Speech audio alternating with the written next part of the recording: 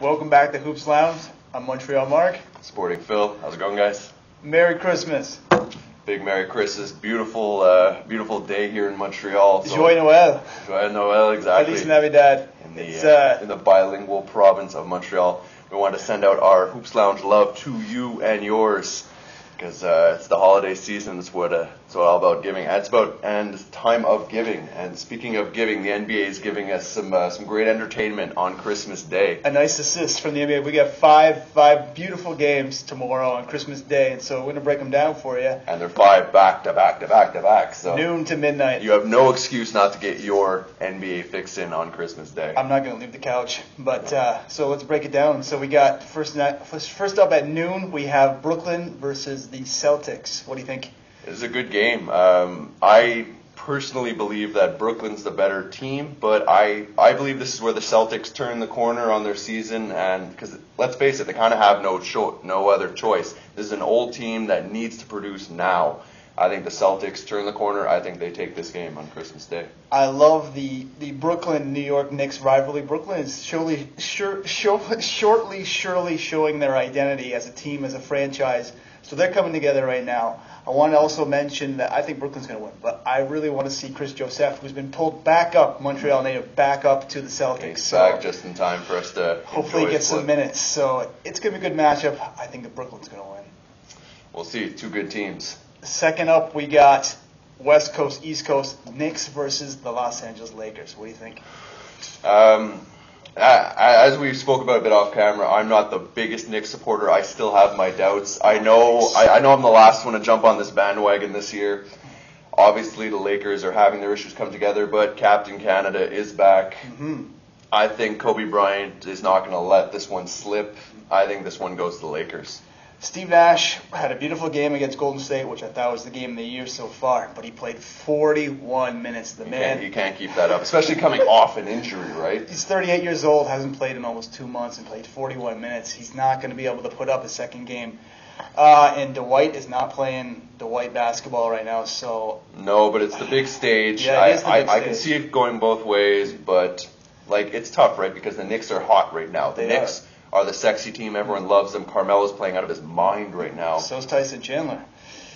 But I think the Lakers just step up to it. I could be wrong, but I think they take this one. Yeah, I think the Knicks are going to win. They're really firing all cylinders right now. I mean, they're not even having Amari, but things are still working. They don't have Marcus Camby either, which is... I think they're almost playing better without Amari. I think bringing him back is going to be an interesting thing. It's a gumbo there in New York, and the spice is working right now. But at least they're winning. They have been doing that for years, right? So I can't complain. Yeah, actually, we're going to put up a video tomorrow. Bernard King in 1985 had a game for the Knicks where on Christmas Day he was playing with splints on both hands and had 50 points.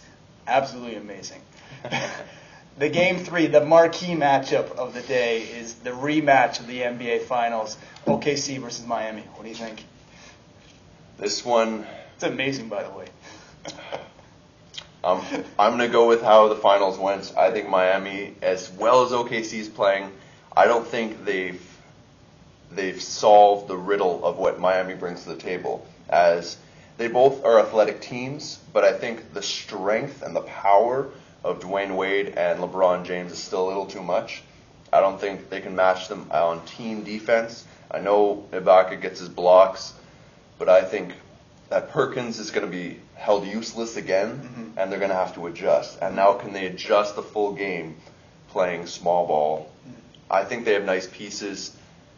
I think the Heat repeat for this one. Yeah, I agree. I think basketball-wise, the story of the year is LeBron James just stepping into his own, winning the league MVP, the Finals MVP, then the gold. You know, he's in a completely different league than everybody else. Well, let's not forget that. I mean, obviously Durant's putting his case for MVP this year. His team atop of the league. Mm-hmm. Obviously, he's solidified all his key attributes. We're looking at an increase in assists, blocks, steals. His shooting efficiency has gone up. But you have to dethrone the champs to be the champ, exactly. Right? And they haven't done it yet, and I don't see them doing it. Mm-hmm. But at one point, they're going to have to overtake them because of their age. I think they will. I think Miami still has them for another year. Yeah, I think so too. It's going to be a great matchup at dinner time tomorrow. The last two of the evening games are some run and gun matchups. We have the Houston Rockets versus the Bulls. Yeah, this is an interesting game just because I didn't understand why the schedule makers put Houston on the radar. I understand why they put the Bulls. Yeah. I mean, they're a top team. Yeah, I mean, this was before the Harden trade was made, so. It's going to be a good game. I think Houston should, and let's not forget, this is Asik going back to Chicago. It's true. And he's kind of turned himself into a bit of an all-star. So obviously Asik knows that team, and they know Asik. So I think he's going to be able to give a couple tips to that Houston squad to maybe bring some favor to them. I think Boozer actually is going to have a good game. I don't see anyone really sticking with him, and he's going to have to. But those defensive wings, I think this one goes to Houston, but I don't think it's by much.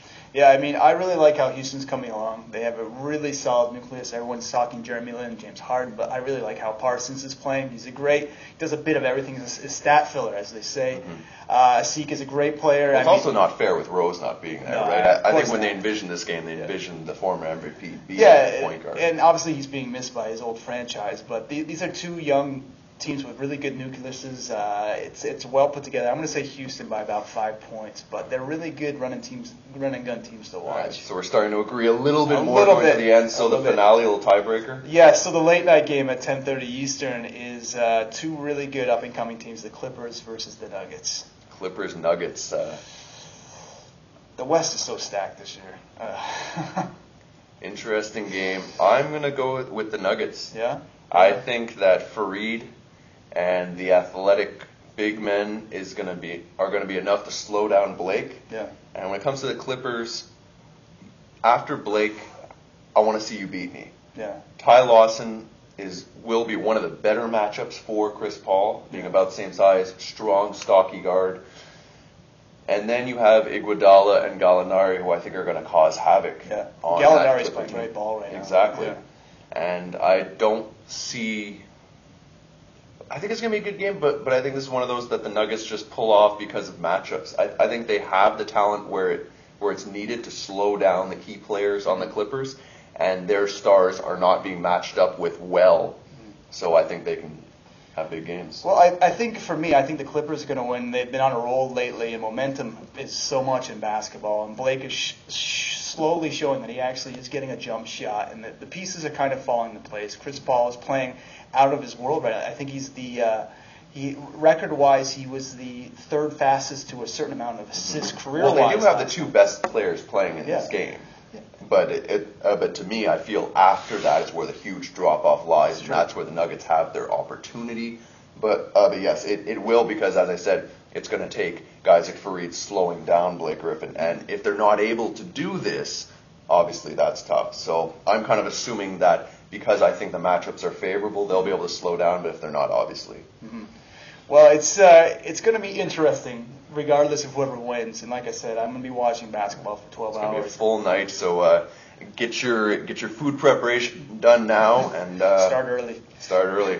Well, guys, listen, again, thank you so much for watching us for all these weeks. We'll have plenty more in the new year, and we just want to say happy holidays and hope you guys stay safe. Don't drink and drive. Yeah, stay away from the alcohol and the driving. Have fun. Stay at home. Take a cab. Well, we want to mention one last thing. We're going to have the website up, a fancy dancy website. It's going to be up in January, and hopefully we're going to have our weekly show going. So thanks for all the support. We'll be back soon. And if you ever have any comments and stuff you guys want to see, hoopslounge@gmail.com or grab us, either one of us on Twitter, Montreal Mark, Sporting Phil, and always like us on Facebook. We'd love to hear your feedback and incorporate it into what we do because we're here for you guys. Happy holidays. Take care, guys. See ya.